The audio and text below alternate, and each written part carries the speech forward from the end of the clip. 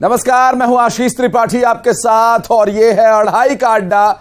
बढ़ते हैं आगे, शुरुआत करते हैं भोपाल से आ रही बड़ी खबर से, जहां पर एनआईए ने एक्शन लिया। जहांगीराबाद से भाभी और देवर को गिरफ्तार किया गया।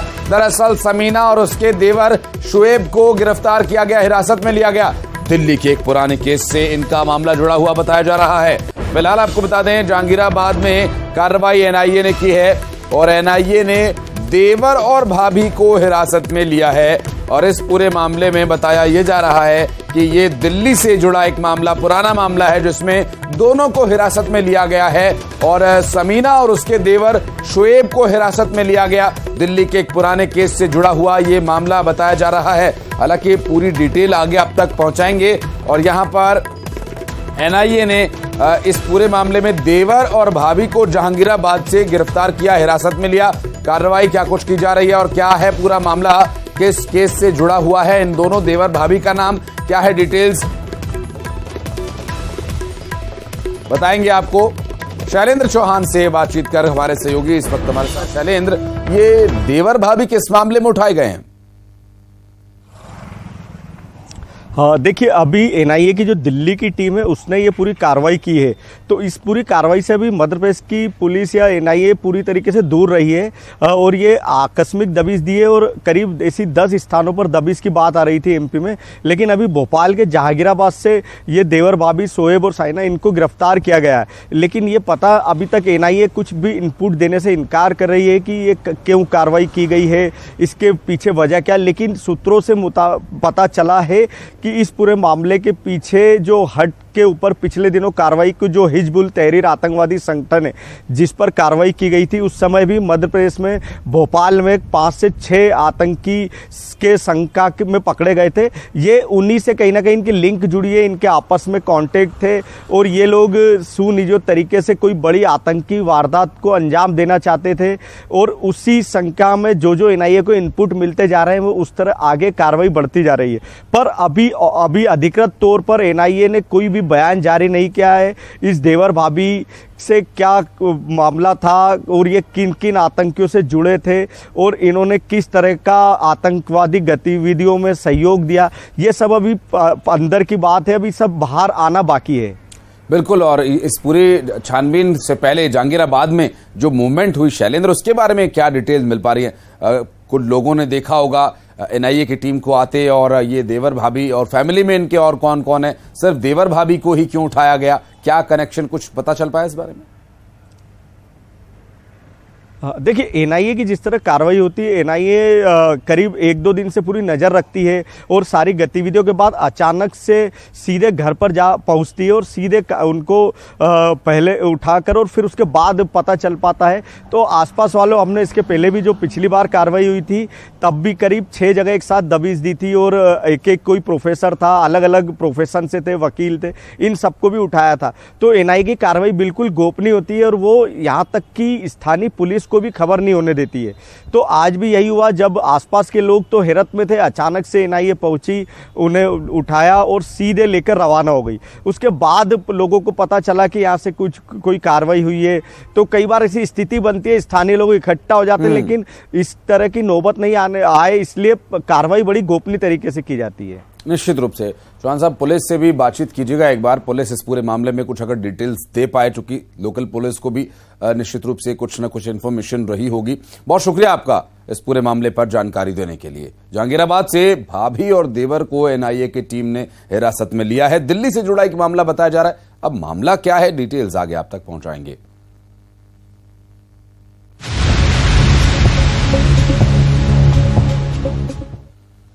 प्रधानमंत्री नरेंद्र मोदी ने आज देश को बहुत बड़ी सौगात दी।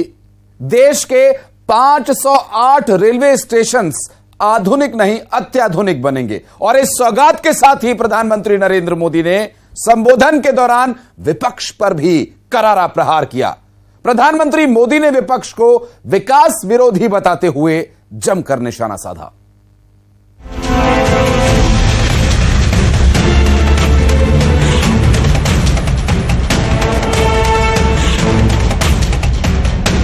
पीएम मोदी ने आज देश के रेलवे स्टेशनों को स्मार्ट बनाने के लिए 508 रेलवे स्टेशनों के रीडेवलपमेंट की आधारशिला रखी। अमृत भारत स्टेशन योजना को लॉन्च किया। इस दौरान पीएम मोदी विपक्ष पर जमकर बरसे। उन्होंने कहा कि विपक्ष का एक धड़ा आज भी पुराने ढर्रे पर चल रहा है। उनका रवैया न काम करेंगे और न करने देने का है। हमारे देश में विपक्ष का एक धड़ा आज भी पुराने ढर्रे पर चल रहा है। वो आज भी खुद तो कुछ करेंगे नहीं और किसी को करने भी न देंगे, न काम करेंगे न करने देंगे। प्रधानमंत्री ने विपक्ष को विकास विरोधी बताया। उन्होंने कहा कि विपक्ष के एक धड़े ने संसद की नई इमारत कर्तव्य पथ तक का विरोध किया। 70 साल तक देश के वीर शहीदों के लिए वॉर मेमोरियल तक नहीं बनाया और जब बीजेपी सरकार ने नेशनल वॉर मेमोरियल बनाया तो इसकी आलोचना की गई। विपक्ष के इस धड़े ने संसद की नई इमारत का भी विरोध किया। हमने कर्तव्य पथ का विकास किया तो उसका भी विरोध किया गया। इन लोगों ने 70 साल तक देश के वीर शहीदों के लिए वॉर मेमोरियल तक नहीं बनाया। जब हमने नेशनल वॉर मेमोरियल बनाया, उसका निर्माण किया, तो इसकी भी सरेआम आलोचना करते उनको शर्म नहीं आई।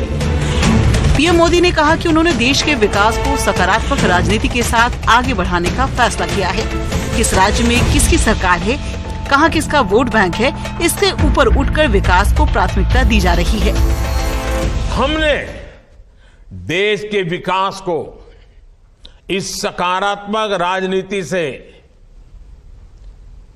आगे बढ़ाने का फैसला किया है और इसलिए नकारात्मक राजनीति से ऊपर उठकर सकारात्मक राजनीति के मार्ग पर एक मिशन के रूप में हम चल रहे हैं।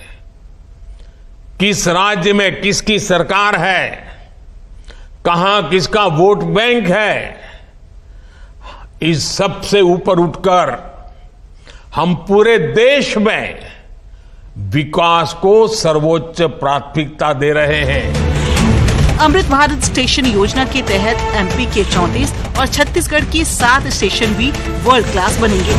देश भर के रेलवे स्टेशनों को आधुनिक बनाने की यह पहल देश को बड़ी सौगात है। पीएम मोदी ने देश को ये सौगात देने के साथ ही विपक्ष को सकारात्मक राजनीति का पाठ पढ़ाया। Bureau report, news 18। देश के 508 रेलवे स्टेशंस अब जल्द ही अमृत भारत स्टेशंस बन जाएंगे। इन स्टेशंस पर अंतर्राष्ट्रीय स्तर की सभी यात्री सुविधाएं मौजूद होंगी। मध्य प्रदेश के कुल 34 रेलवे स्टेशन इसके पहले चरण की योजना में शामिल हैं, जिसमें सबसे ज्यादा 5 रेलवे स्टेशन बैतूल संसदीय क्षेत्र में शामिल है और बैतूल संसदीय क्षेत्र से बैतूल, मुल्ताई, आमला, घोड़ा डोगरी और हरदा जिले का रेलवे स्टेशन इस योजना का हिस्सा है और जहां 100 करोड़ की लागत से स्टेशंस को विकसित किया जाएगा। प्रधानमंत्री नरेंद्र मोदी और रेल मंत्री अश्विनी वैष्णव ने इस योजना का वर्चुअली शिलान्यास कर संबोधित किया। बैतूल रेलवे स्टेशन पर रेलवे के अधिकारियों, जनप्रतिनिधियों और आम लोगों ने प्रधानमंत्री नरेंद्र मोदी के उस संबोधन को भी सुना। पूरे देश के अंदर यशस्वी प्रधानमंत्री जी के कुशल प्रेरक नेतृत्व में 508 रेलवे स्टेशनों का आज पुनर्निर्माण शिलान्यास का क्रम संपन्न हुआ है। हमारा सौभाग्य है बैतूल हरदा लोकसभा क्षेत्र का कि हमको 5 रेलवे स्टेशन हमको प्राप्त हुए हैं, जिसमें हमारे 5 रेलवे स्टेशन का आधुनिकीकरण 1,24 करोड़ रुपए की लागत से ये पूरा हो। अमृत भारत स्टेशन योजना में हरदा जिले के 2 रेलवे स्टेशन का कायाकल्प होगा। पुनर्विकास का शिलान्यास पीएम मोदी ने वीडियो कॉन्फ्रेंसिंग के जरिए किया। रेलवे स्टेशन हरदा का 18 करोड़ से और खिरकिया स्टेशन का 15 करोड़ 50 लाख रुपए की लागत से पुनर्विकास होगा और इस राशि से प्लेटफॉर्म की लंबाई, आधुनिक कंट्रोल रूम, फुटओवर ब्रिज बनाने जैसे काम होंगे। हरदा में आयोजित कार्यक्रम में कृषि मंत्री कमल पटेल भी मौजूद रहे। इसके लिए करीब माननीय प्रधानमंत्री नरेंद्र मोदी जी के नेतृत्व में अब देश बदलता और आगे बढ़ रहा है। आज का दिन ऐतिहासिक दिन है हरदा के लिए, मध्य प्रदेश के लिए, देश के लिए कि आज देश में 508 रेलवे स्टेशन का जीर्णोद्धार हुआ है, पुनर्निर्माण हो रहा है, जिसमें हरदा में भी बहुत ही सुंदर रेलवे स्टेशन बनेगा जो 18 करोड़ की लागत से होगा, लेकिन इसमें पैदल मार्ग भी होगा, ओवरब्रिज और रेलवे ओवरब्रिज भी होगा जो 100 करोड़ की लागत से हरदा में बनेगा। उसके लिए मैं प्रधानमंत्री जी का, रेल मंत्री जी का, मुख्यमंत्री जी का और सांसद जी का धन्यवाद करता हूँ। साथ ही खिड़किया में 15.5 करोड़ की लागत से खिड़किया का रेलवे स्टेशन का भी कायाकल्प होगा अमृत रेलवे स्टेशन के रूप में, और इसलिए आम जनता को आवागमन की सुविधा मिलेगी और जब रेलवे स्टेशन पर आएंगे तो हमको गर्व होगा। दुर्ग जिले के 2 रेलवे स्टेशंस को पीएम मोदी के द्वारा सौगात दी गई। दुर्ग के 2 स्टेशंस का पुनर्विकास होगा। दुर्ग और पावर हाउस स्टेशन होगा विश्व स्तरीय।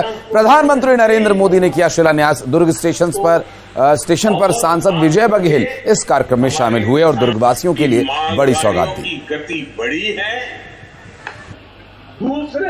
माननीय नरेंद्र मोदी जी हमारे प्रधानमंत्री जी और माननीय रेल मंत्री जी को बहुत बहुत धन्यवाद दूंगा कि पूरे देश में 508 अंतर्राष्ट्रीय और राष्ट्रीय स्तर के रेलवे स्टेशनों का नवनिर्माण की शुरुआत आज हो गई और माननीय नरेंद्र मोदी जी प्रधानमंत्री जी के कर कमलों द्वारा ये संपन्न हुआ। अध्यक्षता माननीय अश्विनी वैष्णव जी कर रहे थे। हम सबका सौभाग्य दुर्ग लोकसभा के लिए कि यहाँ के समस्त भाइयों बहनों को, जन जन को मैं इसके लिए बहुत बधाई देता हूँ कि हमारा दुर्ग रेलवे स्टेशन भी अंतर्राष्ट्रीय स्तर का बनेगा। ऐसे लगेगा हम कोई एयरपोर्ट में घुस रहे हैं और वैसे ही पावर हाउस का स्टेशन भी उम्दा तरीके से उसका नवनिर्माण होगा और इन सब के लिए फिर से एक बार प्रधानमंत्री जी और रेल मंत्री जी को बधाई देता हूँ। और छतरपुर से एक ऐसा मामला सामने आया दरअसल जिसमें कलाकारी मौत का कारण बन गई। स्टंटबाज कलाकार की मौत हो गई। मुंह में पेट्रोल डालकर आग निकालने का ये शख्स स्टंट करता था। बीजेपी नेता मानिक चौरसिया ने कानपुर से स्टंट करने के लिए बुलाया था छतरपुर। दरअसल परिजन ने बीजेपी नेता पर मदद न करने का भी आरोप लगाया है और आपको बता दें कि मुंह में पेट्रोल डालकर आग भड़काने का जो ये स्टंट है जान पर भारी पड़ गया। पेट्रोल जिला चूंकि पेट्रोल से इस तरह स्टंट करने के दौरान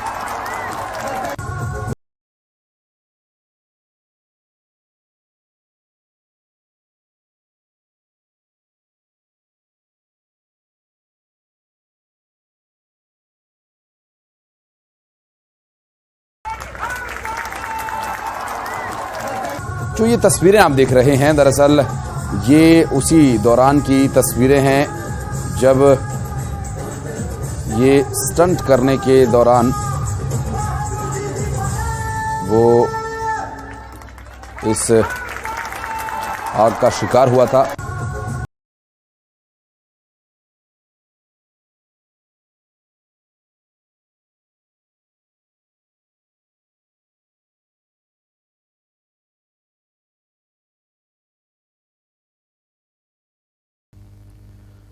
और मशहूर शायर अंजुम रहबर ने कांग्रेस ज्वाइन कर ली है। दरअसल पीसीसी चीफ कमलनाथ ने ज्वाइन कराया। अंजुम रहबर ने कांग्रेस ज्वाइन कर ली है और कहा कि मध्य प्रदेश में सांप्रदायिकता बढ़ी है, देश सेवा के लिए राजनीति में शामिल हुई हूं। अंजुम रहबर ने शायराना अंदाज में बिजली पानी हमारा मुद्दा है, खेती बाड़ी हमारा मुद्दा है, सिर्फ वादों से पेट नहीं भरता, रोजी रोटी हमारा मुद्दा है। Congress party old is gold है। यहाँ पर हिंदुस्तान की तस्वीर हकीकत की नजर आती है, यहाँ असलियत नजर आती है। आज से 15 साल पहले जो हालात थे उसके बाद हालात में गिरावट नजर आती है। मध्य प्रदेश में सांप्रदायिकता बढ़ी है कहा।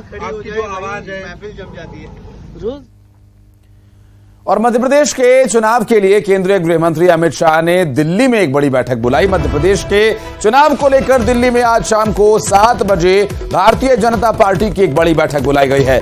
मध्य प्रदेश के सभी बड़े नेताओं को दिल्ली बुलाया गया है और बैठक में हिस्सा लेने के लिए राष्ट्रीय नेता और राष्ट्रीय अध्यक्ष जेपी नड्डा भी वहां मौजूद होंगे। राष्ट्रीय संगठन मंत्री बीएल संतोष मौजूद रहेंगे। मध्य प्रदेश के चुनाव प्रभारी भूपेंद्र यादव, सह प्रभारी अश्विनी वैष्णव, चुनाव प्रबंधन समिति संयोजक नरेंद्र सिंह तोमर, मुख्यमंत्री शिवराज सिंह चौहान, प्रदेश अध्यक्ष वीडी शर्मा मौजूद रहेंगे। और शाह ने एमपी में भोपाल दौरा रद्द होने के बाद दिल्ली में बैठक बुलाई और एमपी चुनाव के फीडबैक और आगामी रणनीति को लेकर रूपरेखा बनेगी। कभी पानी की समस्या से जूझने वाले गांव के लोग कैसे एक महिला की पहल ने दशकों से चली आ रही समस्या को चुटकी में हल कर दिया, आइए दिखाते हैं आपको।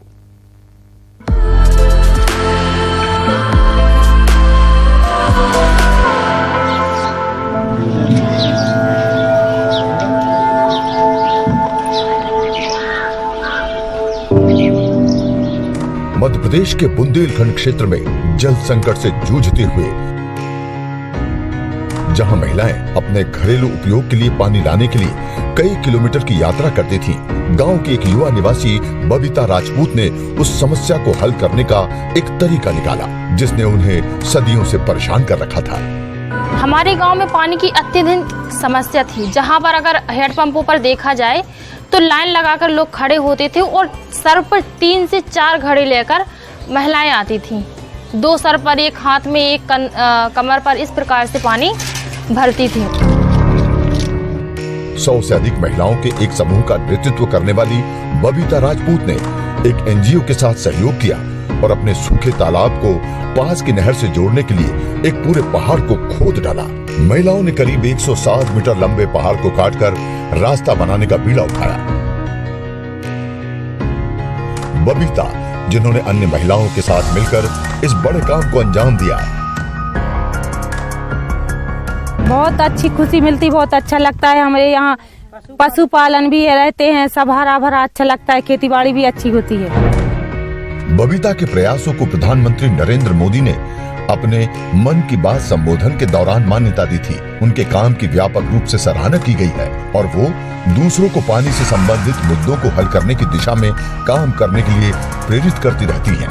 बबीता का नेतृत्व, दृढ़ संकल्प और साहस उभरते भारत की शक्ति का प्रतिबिंब है। हम न्यूज़ 18 नेटवर्क पर बबीता राजपूत जैसी भारत की महिलाओं को सलाम करते हैं जो मैं कर सकती हूँ में विश्वास करती हैं।